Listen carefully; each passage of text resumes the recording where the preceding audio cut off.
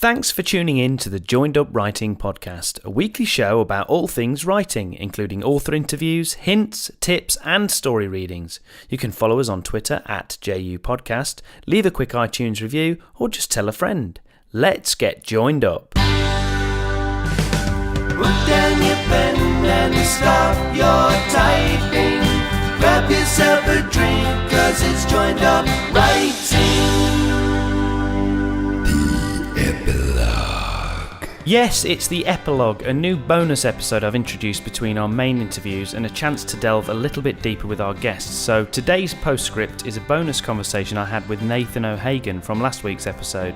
If you haven't checked out the main interview, I'd encourage you to do that now, but Nathan is the author of The World Is Not a Cold Dead Place, and more recently a psychological thriller called Out of the City, published with Armley Press. He's also just started a new small press of his own with fellow writer M.W. Leeming. So for the epilogue, I asked Nathan how he copes with fitting in his writing around a busy day job, something I think a lot of us struggle with, and how he stays motivated.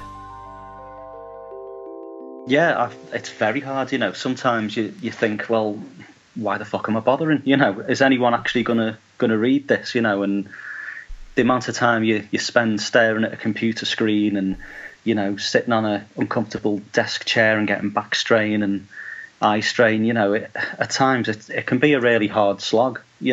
It's motivating to have a little bit of success. It doesn't have to be huge level success. Just one person reading and liking something you've done will kind of sustain you for quite a while. But it can be pretty draining, especially when you work full time, you've got a family, and you try and maintain some kind of a social life as much as you can when you're a parent and whatnot.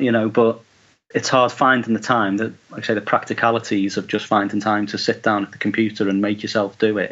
It's difficult, and you have to be very disciplined about it, and that's something I still struggle with, is the self-discipline aspect of just making yourself write. They say you should write a little bit every day, even if it's not any good and it's not part of a work that you've got in development. You should write every day, and I don't write anywhere near every day. I've not done anything for about a week. I have little spells where I do quite well, and I had maybe 2 weeks, sort of week before last, and sort of going back from there, where I was doing quite a bit on the sequel to The World's Not a Cold Dead Place, and I thought, right, that's it, I've got some momentum now, I'm going to really kick on from here. And it's just not worked out that way because of various life factors. Things get in the way, or you're too tired, or you get to the computer and you haven't got the motivation, and you're knackered, and your brain is just not functioning, so you just end up sort of staring at the screen, not typing anything, and you just shut it down and think, well, I'm not going to get anywhere tonight. And that's it's kind of disheartening, and it's very hard to keep that going. And I don't know if you work as well.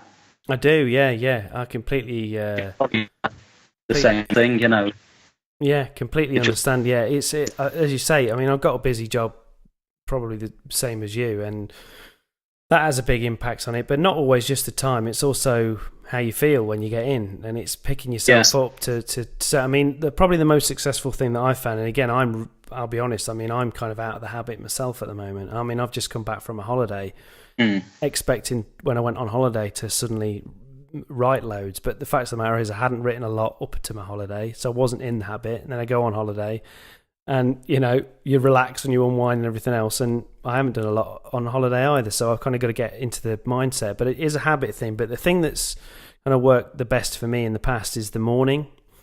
I find that if I do it in the morning, it's better. It doesn't mean I have to get up earlier, which in itself is like another thing that you've got to find the discipline to do and everything else. But once you get into it, even if it's just like, you start off and you say, I'm just going to do 15 minutes. I'm just going to find 15 minutes to do something in the morning. I found that that's quite successful. And what often happens is you're like 25 minutes in and you're like, shit, I've got to get ready. I've got to go, I've got to get ready for work or whatever. And that's a better way to be than, oh God, I'm having to crank this thing up and not going to be able to do anything. So that kind of works for me. But quite a good thing is when you're in the middle of something and you have to leave it. Completely. And it's frustrating that, you've got to go and do whatever it is. You've got to, pick the kids up, do the school run, or get to work, or whatever, you're meeting your friends. It's a strange thing, but it's quite satisfying to be at the computer, having to leave and not wanting to.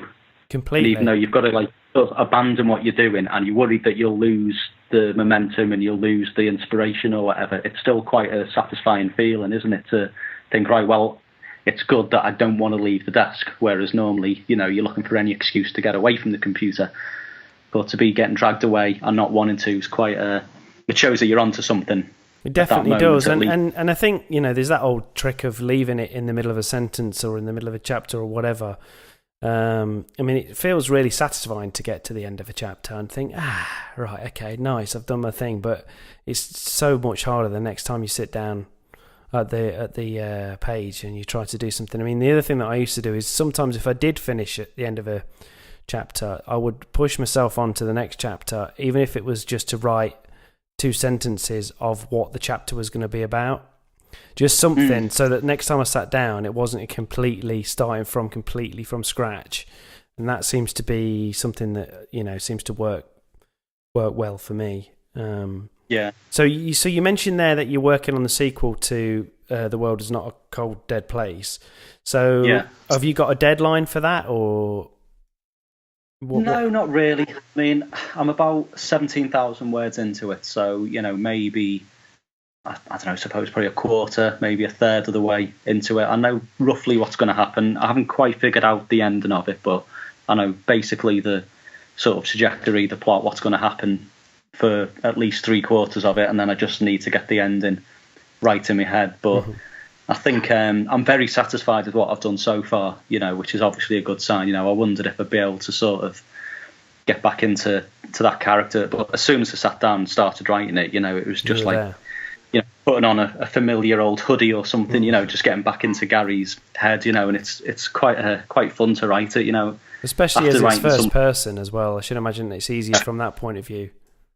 It is, and I wondered if it would be, having written something that's third person from multiple perspectives and out of the city. I wondered if it would be as easy to snap back into that first person narrative, and it really was. It's so far proved, very straightforward. That's not been the struggle with it. The struggle has been all the stuff we've talked about, the practicalities. But when I've sat down, I've got what I think are some very good ideas, and I've got what I think are some very funny bits already. And like I say, it's only 17,000 words in. But, if I can find the time to get to it, I'm quite excited about what's going to happen with him. Yeah, absolutely. It sounds like it's really positive. So have you got any idea of when that might likely to be seeing the light of day? knows. What are we in now? We're nearly in August, so I'd be surprised if I've finished the first draft by the end of the year at this rate. Mm-hmm. And then, there's all the redrafting and stuff like that. So I would imagine it'd probably be a year from now, maybe, roughly speaking. You know what you need, don't you? A deadline. What's that? Yeah, I wondered about that, saying, I did say roughly the end of the year for the first draft. I've been wondering if I should just say, by the time we put Richards out, mine should be finished. Yeah. That specific goal. Which, I wonder whether that might... You strike me as somebody who works better under a deadline. Especially if you could, the fact that you put, you pumped out of the city so quickly in a matter of, 3 or 4 months or whatever, that's, and it was because you kind of got this thing that was looming there that you wanted to get it out and everything else. Yeah, I think it might also combat one of my other things that impede me doing, as much writing as I could, is the fact that I'm naturally, a bit lazy and a bit ill-disciplined. And so, I've had loads of these ideas for the sequel for ages, months, if not, maybe a year or so. And I just keep putting it off, thinking, I don't have to do it. There's no rush to do it. I've got another one coming out soon. And, there's no reason to kind of be rushing into doing the sequel yet. I can take my time with it. But, it's the wrong attitude. You should get as much done as you possibly can as quickly as possible. But, it's not necessarily my first inclination. So, maybe a deadline, self-imposed or not, might combat that sort of slight inherent laziness I've got. Well, the next time when you actually do get it out, that's what you can come back on the show and you'll be on third time lucky. So Patrick, we'll work towards that. Yeah. It sounds good. Well, I look forward to reading it anyway. I enjoyed the first one. I enjoyed your second book too. So Good luck with it, and I'll remind people again so they can find your stuff on Amazon. They can also pick up more information on Obliterati Press at obliteratipress.com. And as you say, you've put out a call for short stories as well, which you mentioned in the main show, so then go check that out. And go and check out Nathan's latest book, which is Out of the City. It's great. I read it recently, and it is thrilling, and it's a psychological thriller is probably the way I would describe it. And so go and grab a copy, and thanks for hanging around for the epilogue, and My pleasure. look forward to having you on again, Nathan. Absolutely, yeah. Cheers, man. There you go. So that was the first of our epilogue episodes with Nathan O'Hagan talking about the struggles of writing around a day job and motivation in general with your writing. I'd love to hear your thoughts on that. How do you manage to fit writing around other life and work commitments? Have you got any little tips and tricks? Or maybe you just want to moan about it and say how difficult it is. That's all right as well. Sometimes that makes you feel better. And if you do want to get in touch with us, you can get us on Twitter at JU Podcast.